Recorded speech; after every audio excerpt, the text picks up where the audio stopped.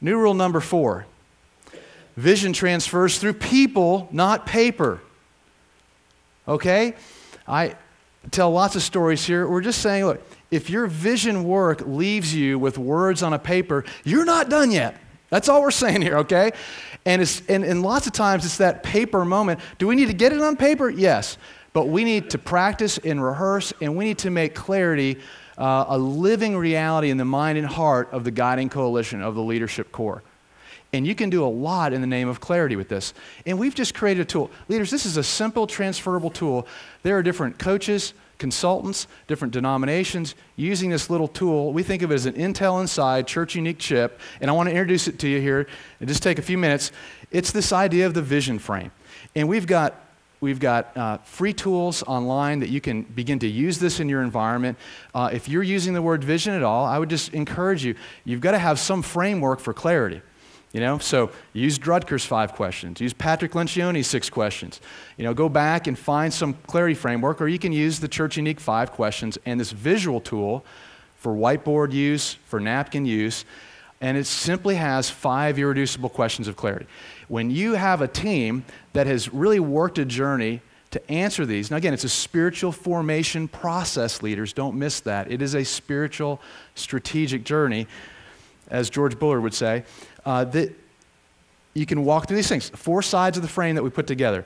We talk about the mission. What are we ultimately supposed to be doing? For many turnaround churches, this is a spiritual formation process of going back to the basics, going back to the core redemptive heartbeat of the church.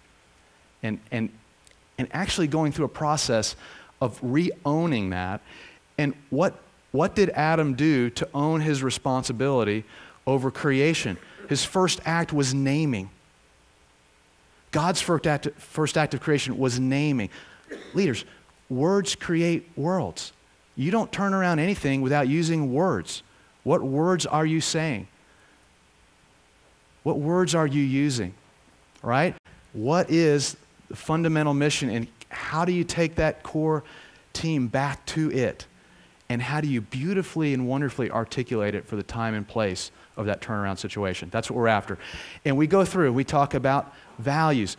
What are those 4 to 6 deep, driving cultural anchors, those deep motives, those shared convictions? You know what? Sometimes you guys have seen a lot of books that talk about values. We're just trying to say, how do values actually become a living, breathing reality in the organizational culture? And we go back to this in a turnaround situation. 3, we talk about strategy. The greatest challenge in a plateaued or declining church, believe it or not, and this is more on a strategic level, every single person has a competing picture of what church is supposed to look like, right? So how do you get rid of all those competing pictures? You've got to come not on a mission or values level, you've got to come on a strategy level, and we discipline the churches we work through and turn around to say, you've got to make it so clear and transferable that it's a picture that you can draw on a napkin and everyone can share together and say, this is how we're going to win the day. This is our playbook for accomplishing our mission. And so we just, people get it a lot of times for the first time when you put it in a picture.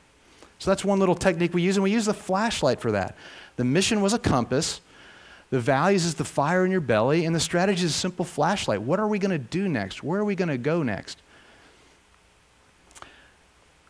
Finally, at the top of the frame, we talk about mission measures, and we answer the question, when are we successful as a church? And so we're talking about the scorecard, and how does a church see its scorecard? If it doesn't have some scorecard there, it's going to be hard to motivate that next step, that next progress point that we identify in the turnaround.